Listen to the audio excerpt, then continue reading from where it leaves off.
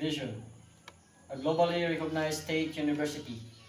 Mission: Negros Oriental State University delivers global excellence through advanced instruction, impactful research, and sustainable extension with strategic partnership and modern infrastructure, shaping effective leaders to serve the Philippine society and the world. Strategic goals: Negros Oriental State University will aspire: A. Achieve global recognition by program excellence. S. Strengthens research through impactful innovation. B. Promote enhanced community extension services. I. Integrate partnership and international relation. R. E. R. Revitalize infrastructure and operational system. E. Enrich students' life and leadership opportunities. Core values: shine. S stands for spirituality. H stands for honesty. I stands for innovation. N stands for nurturance. E stands for excellence. Quality policy: Negros Oriental State University commits to delivering quality instruction, research, extension, and production. We ensure compliance with all statutory and regulatory requirements and continuously work to improve our management system to meet our quality objectives. Criminology education, vision, mission, and objectives. Vision: the College of Criminal Justice Education is actively and continually involved in turning out graduates who will lead the nation in addressing the vital problems of crime control and in meeting the demands for global competitiveness. Mission: the College of Criminal Justice Education program commit itself in providing the community with professionally competent and morally upright graduates who can deliver efficient and effective service in the field of criminology. Objectives: in pursuant to above stated mission, the Department of Criminology integrates and sequences courses of study which are well planned. These courses of study utilize didactic instruction, discussion, demonstration, laboratory practice, simulation, individual learning, and on-job training. The following are the specific objectives of the department.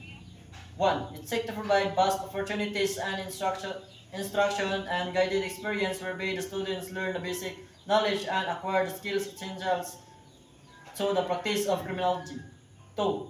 It provides the students with a broad cultural backgrounds and understanding of the constitutional guarantees and due process requirements of law insofar as they affect the total administration of justice. 3. It fosters higher concept of citizenry, accountability, and leadership, and understanding of one's moral and legal responsibilities to his fellow men, his community, and his country. 4.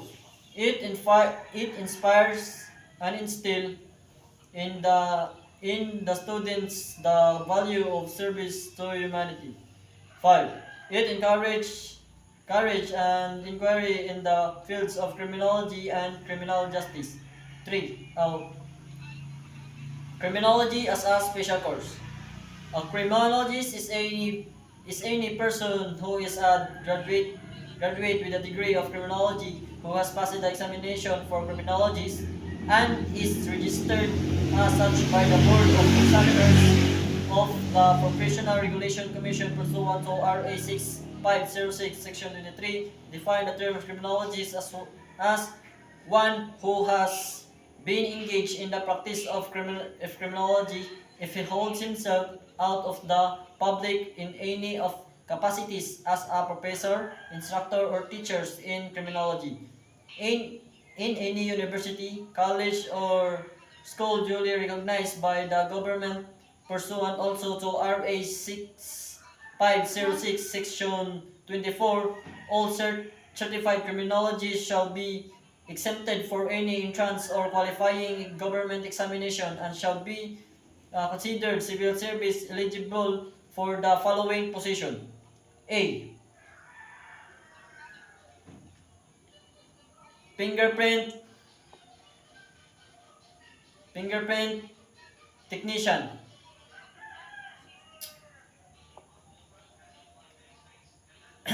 B. Firearms examiner. C. Question document examiner. D. Correction officer. E. Probation officer. F. Crime laboratory technician. Under the Civil Service Commission Regulation No. 983022, criminologist eligibility would apply for appointment from the PNCO rank of PO1 up to the Police Commission Officer PCO, the rank of Police Superintendent, Police Superintendent. Republic Act 6975 Section 33 provides the licensed criminologist may be appointed to the initial rank of police inspector if there are vacancies. 11 General Orders. 1. To take charge of this post and all companies, property in view and preserve the name with utmost diligence. 2. To walk during tour of duty in military manner, keeping always in the alert and observing everything that takes place within sight or hearing. 3. To report all violation of orders I am instructed to enforce. 4. To report all calls from posts more distance from the guardhouse where I am stationed. 5. To quiet my post only when properly realized. 6. To receive, obey, and pass out to the relieving guard order from company officer or official superiors post in charge or shift leader. 7. To talk to no one except in the line of duty. 8. To sound or call alarm in case of fire or disorder. 9. To call the superior officer in any case not covered by instruction. 10. To salute all company officials, superior in the agency, rank public officials, and commission officer of the AFP, and officer of the PNP. 11. To be especially watchful at night and during the time of challenge all person on or near my post, and to allow no one to pass or toilet without proper authorities, and to eat my meal before rendering my duty. Law Enforcement Code of Ethics. Being entrusted with the duties of law enforcement, my fundamental duty is to serve mankind, to safeguard lives and properties, to protect the innocent against deception, and peaceful against violence or disorder, and respect the constitutional rights of all men to liberty, equality, and justice.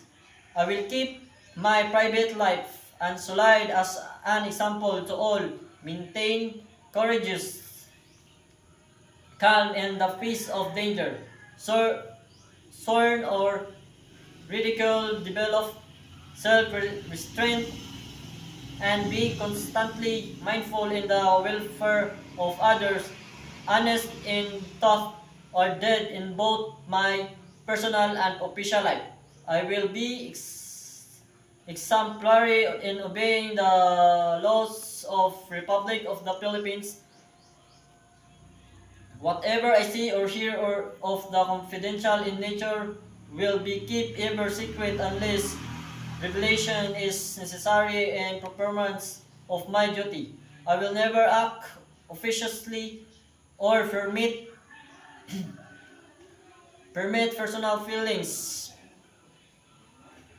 prejudice, enormities, or friendship to influence my decisions, with no compromise for crime and with relentless persecution of criminals. I will enforce the law courteously and appropriately, without fear or favor, malice or I will never accepting guarantees. In return, I recognize the badge of my office as a symbol of public faith and accept it as a public trust. I shall wear it and fidelity and integrity, for it is mine for to possess only, while I fulfill solemn obligation. Police officer cried, I believe in God, the supreme being, a great provider and creator of all men and everything dear to me. In return, I can do no less than love him above all, seek his guidance in the performance of my sworn duties and honor him at all times. I believe I believe that respect for authorities is a duty. I respect and uphold the Constitution, the law of the land, and applicable rules and regulations. I recognize the legitimacy and authority or leadership and follow and obey legal orders of my superior officers. I believe in selfless love and serve to people. Towards this end, I commit myself the service of my fellow men over and above my personal covenants. I believe in sanct- sanctity of marriage and the respect for women. I shall set the example of decency and morality and shall have high regards for family life and chastity. I believe in the responsible dominions and stewardship over material things. I shall inhibit myself from uh, audacious display of my property. I shall protect the environment and conserve nature to maintain ecological balance. I shall respect private and public properties and preserve others from destroying it. I believe in with the wisdom of truthfulness and must be trustworthy and shall speak the truth and all times as required and by my profession. 10 Commandments of God. Number 1, thou shalt not I am the Lord your God. You shall have no other gods before me. 2. Thou shalt not use the name of the Lord in vain. 3. Remember to keep the holy Sabbath days, Lord's days. 4. Honor your father and mother. 5. Thou shalt not kill. 6. Thou shalt not commit adultery. 7. Thou shalt not steal. 8. Thou shalt not bear false witnesses against your neighbors. 9. Thou shalt not covet your neighbor's wife. 10. Thou shalt not covet your neighbor's goods. The Lord's Prayer. Our Father in heaven, hallowed be your name, your kingdom come, your will be done on earth as it is in heaven. Give us this day our daily bread and forgive us our sins as we forgive us those sins against us. Do not bring us to a test, but deliver us from evil. Amen. Vision, mission of the Philippine National Police, PNP. Mission. The PNP shall enforce the law, prevent and control crimes, maintain peace and order, and ensure public safety and internal security with the active support of the community. Vision. Imploring the aid of the Almighty by 2030, we shall be a highly capable, effective, and credible police service working in partnership with a responsive community toward the attainment of a safer place to live, work, to live, work, and do business. Vision, mission of Bureau of Fire Protection, BFP. Mission, to prevent and suppress destructive fires and investigate its causes, provide emergency medical and rescue service, and enforce other fire-related laws with active involvement of the community. Vision, a modern fire protection agency working towards a safety and progressive society. Vision, mission of the Bureau of Jail Management and Penology, BJMP. Mission, to provide human safekeeping and developmental opportunities for persons deprived of liberty, PDL, in the promotion of public safety. Vision, by 2040, a world-class agency highly capable of providing human safekeeping and developmental opportunities for persons deprived of liberty, PDL. Core values, competence, core competence, makatao, respect for humanity,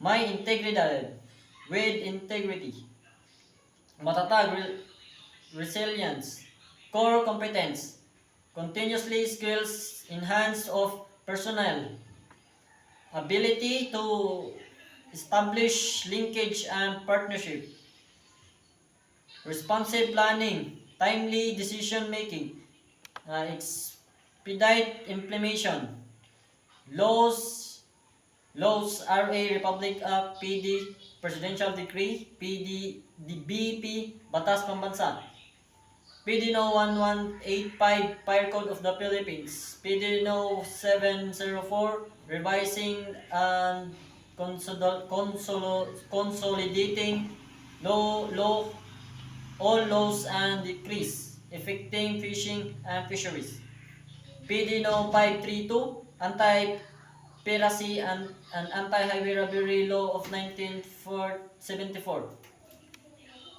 PD No 533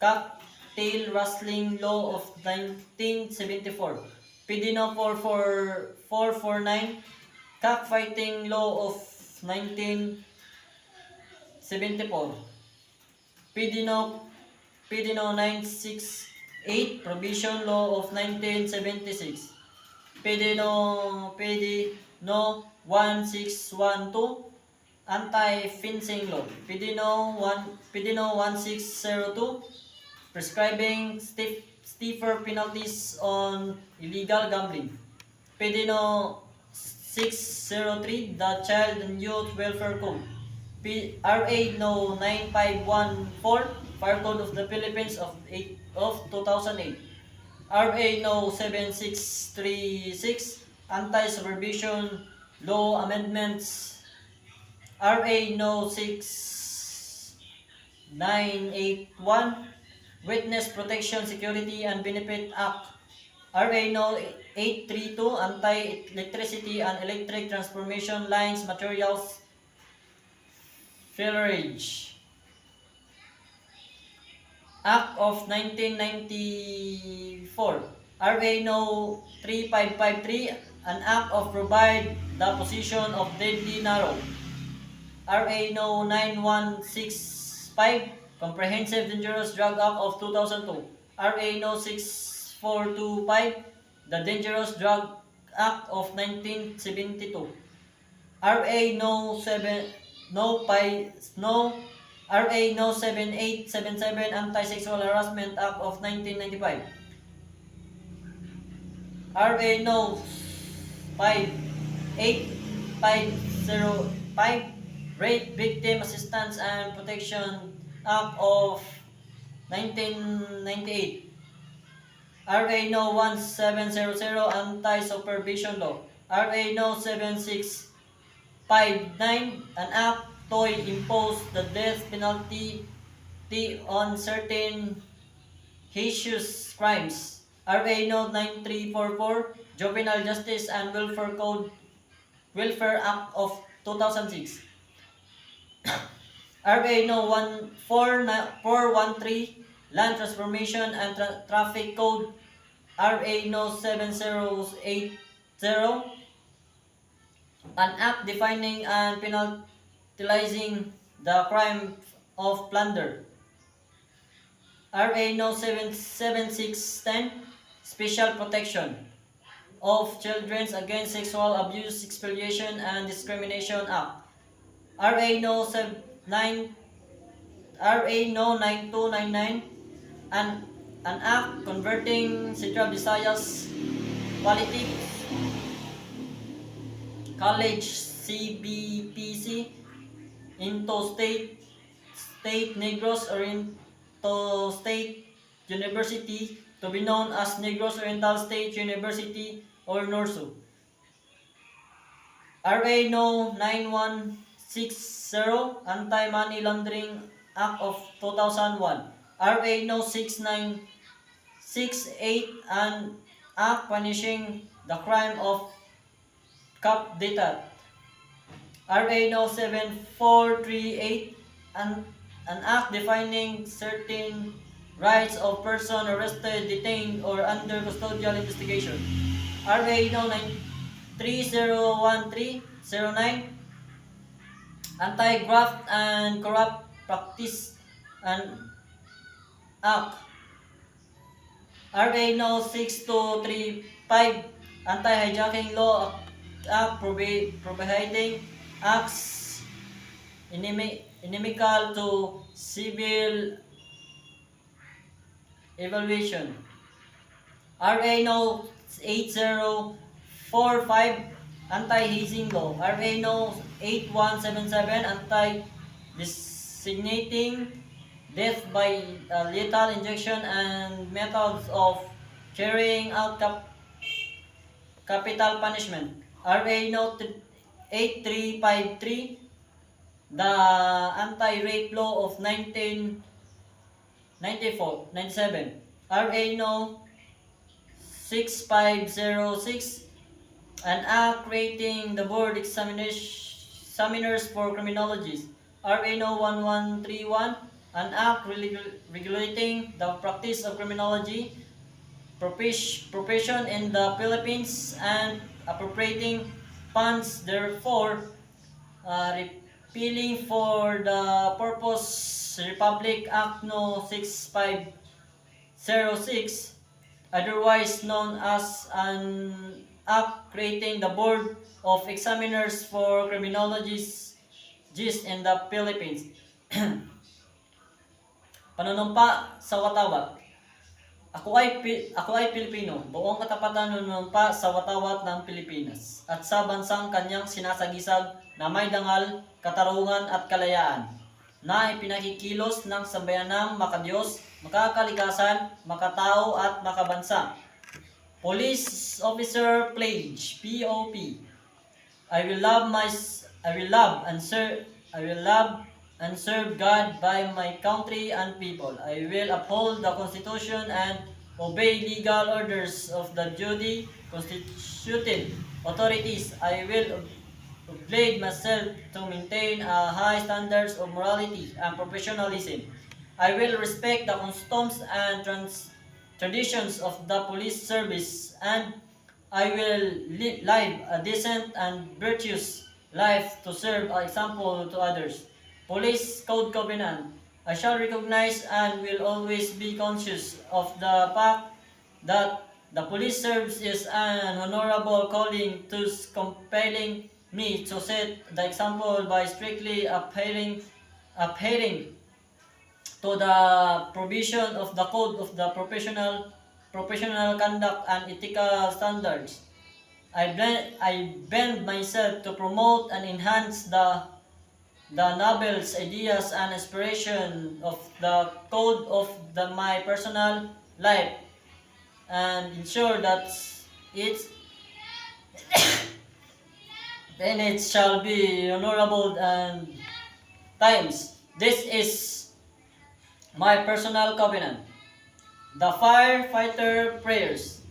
When I am called to duty, God, whenever flames may range, Give me the strength to save some life, whatever be its age. Help to me embrace a little child before it's too late, or save an older persons from a most certain fate. Enable me to be alert and hear certain fate. Enable me the weakness shout and quickly efficiently to put the fire out, and according to my faith my days shall come to end. Please bless bless with your protecting hand my family and friends. Panunumpas ng kawaning gobyerno. Ako'y kawani ng gobyerno. Pungkulin ko ang maglingkod ng tapat at mahusay, dahil dito ako'y papasok ng maaga at magtatrabaho ng lampas oras kung kinakailangan. Magsilbi ako ng magalang at mabilis sa lahat ng pangangailangan ko ng mga gamit, kasangkapan at iba pang pag-aari ng gamit ng pamahalaan. Magiging pantay at makatarungan ang pakikitungo ko sa mga lumalapit sa aming tanggapan. Magsasalita ako laban sa katiwalian at pagsasamantala. Hindi ko gagamitin ang aking panunungkulan sa sarili kong kapakanan. Hindi ko ihihingi o tatanggap ng suhol. Sisikapin kong madadagdagan ang aking talino at kakayahan upang ang antas ng talino at kakayanan ng paglilingkod sa bayan ay patuloy na maitaas. Sapagkat ako'y isang kawani ng gobyerno at tungkulin ko ang maglingkod ng tapat at mahusay sa bayan ko, at sa panahong ito ako ay ang aking kapwa kawani ay kailangan tungo sa isang maunlad, masagana at mapayapang Pilipinas. Sa harap ninyong lahat, ako'y taos-pusong nanunumpa. Preamble. We are the sovereign Filipino people, imploring the aid of Almighty God in order to build a just human society and establish a government that shall embody our ideals and inspiration, promote the common good, conserve and develop our patrimony, and secure to ourselves and our prosperity the blessing of independence and democracy under the rule of the law, and regain the of truth, justice, love, equality, and peace, or though ordain and promulgate the Constitution. Panunumpa ng lingkod bayan. Katungkulan ko ang maglingkod ng buong katapatan at kahusayan at makatulong sa katatagan at kaunlaran ng aking bayan. Sisikapin kong patuloy na madadaragdagan ang aking kaalaman. Magiging bahagi ako ng kaayusan at kapayapaan sa pamahalaan. Sunod ako at tutulong ako sa pagpapaunlad ng mga umiiral na batas at alintuntunin ng walang kinakailangan. Isa sa alang-alang ko ang interes ng karamihan bago ang pansarili kong kapakanan. Isusulong ko ang mga programang mag-aangat sa antas ng kabuhayan ng mamayanan. Aktibo akong makikibahagi sa mga dakilang layunin sa lipunan. Hindi ako magiging bahagi at isisiwalat ko ang anumang katiwalian na makakaabot sa aking kaalaman. Gagawin kong pakipakinabang ang bawat sandali sa lahat ng panahon.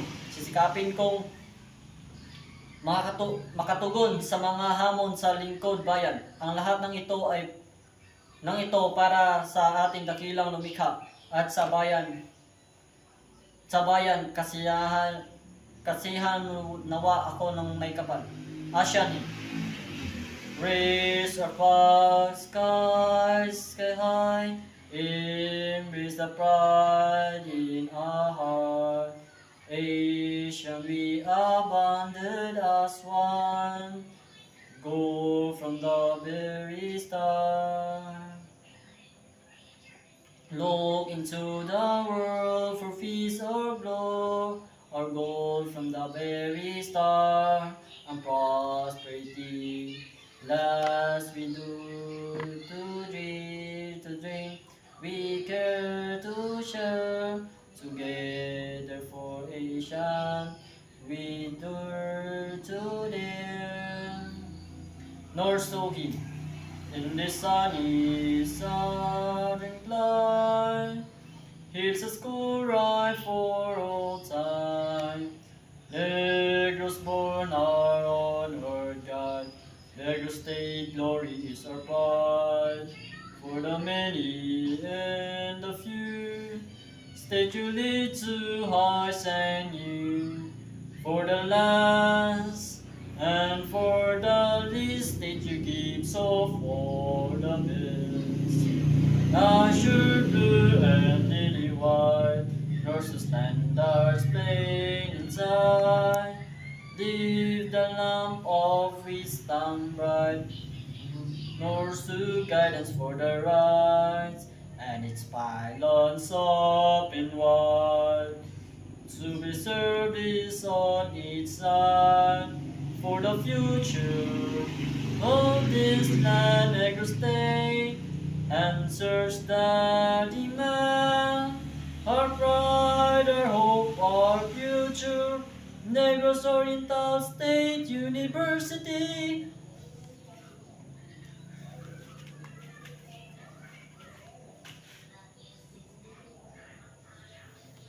Bayang magiling, pero sa silanganan, alam ng puso, sarili mo'y buhay. Lupang doyan ka ng magiting sa manlulupi. Di ka masisihil sa lagat at bundok, sa simoy at sa langit mong bughaw. May nilagang tula at awit sa paglayang minamahal, kislap ng watawat mo'y tan na nagniningning ang tuwin at araw niyang kay may di magdidilim, lupat at araw ng ating pagsinta, buhay langit sa piling mo. Ang ligaya ng pag may mga api ang mamatay ng dahil sa iyo.